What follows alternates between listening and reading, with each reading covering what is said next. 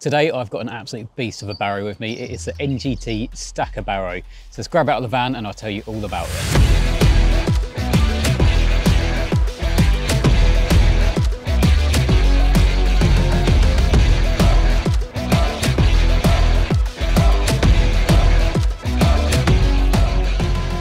Well, as I mentioned in the intro, this barrow is a bit of a beast and it's basically been designed for them sessions where you want to take everything, including the kitchen sink with you. Today, I've got pretty much everything I'd take on a normal session if I was doing a night or two. I've got my bivvy, I've got my bed chair at the bottom, my carry-all, 3 rods, unhooking mats, slings, nets, literally everything. And it's still relatively compact, I think, the way it's all stacked together.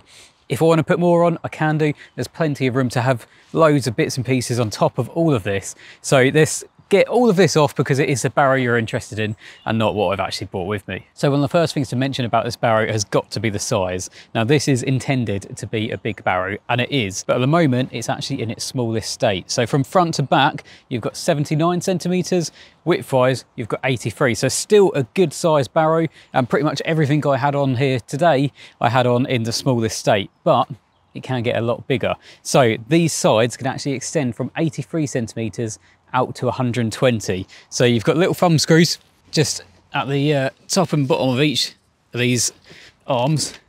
It really comes into its own if you're taking bigger bed chairs around, say you've got a wide boy or even like an emperor sort of size bed chair, then this barrow will allow that to fit on.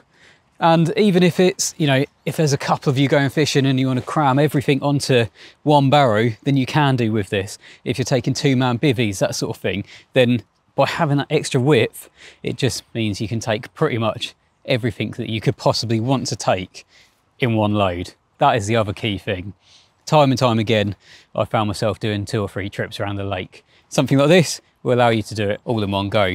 But the other nice thing to mention is just how sturdy this barrow actually is. So even at its widest point, you can see there, that is not bending. This is a well-made bit of kit. You can see the wells throughout where extra strength has been given where it needs to be on the barrow. So potential wear points, that sort of thing, has then got even more strength. So just by the arms here, because obviously that is where you're lifting from. So you want that to be the strongest possible point. So you can see where extra plates have been welded in.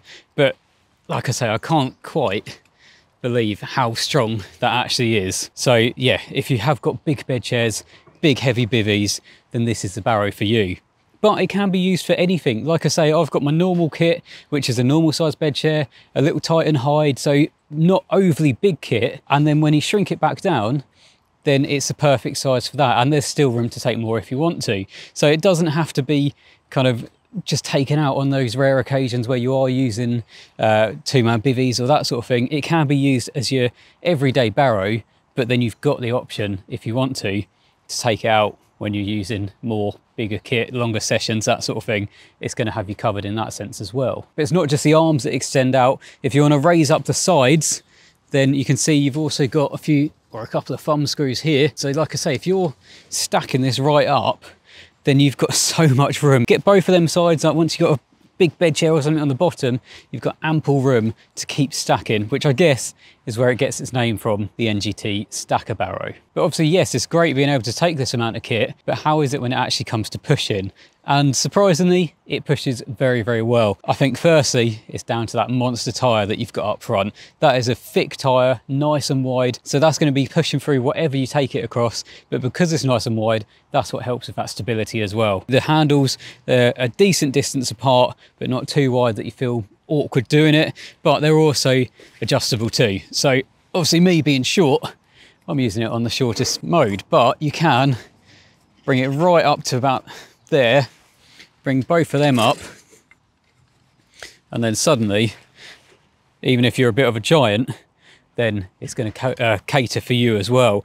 But it's not only that, sometimes you obviously don't want to be lifting it too high. If you're going on fairly flat, even terrain, then even I could get away with having it a little bit higher than the lowest setting. So if we set about halfway down, then what that means is you just simply don't have to lift it as high, because obviously if you've got a lot of weight on it and then you're trying to lift it higher, then it's going to make things a little bit harder.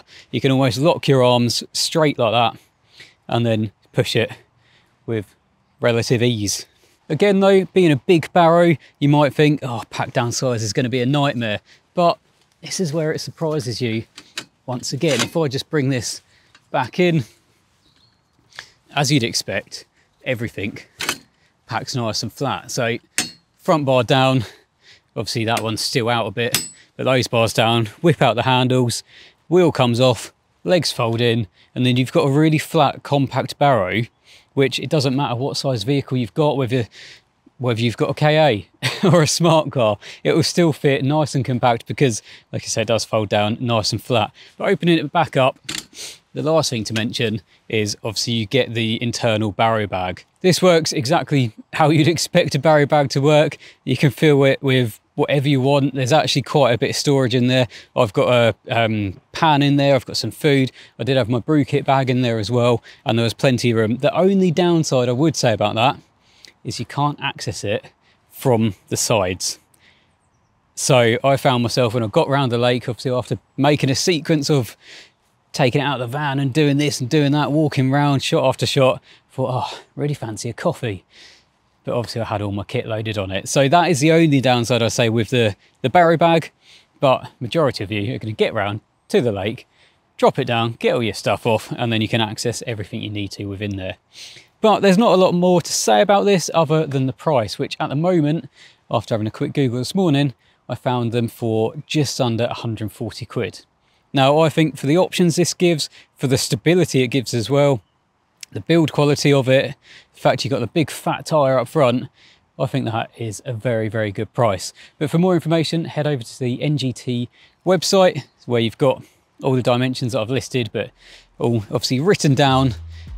And for now, thanks for watching, and I will see you in the next one.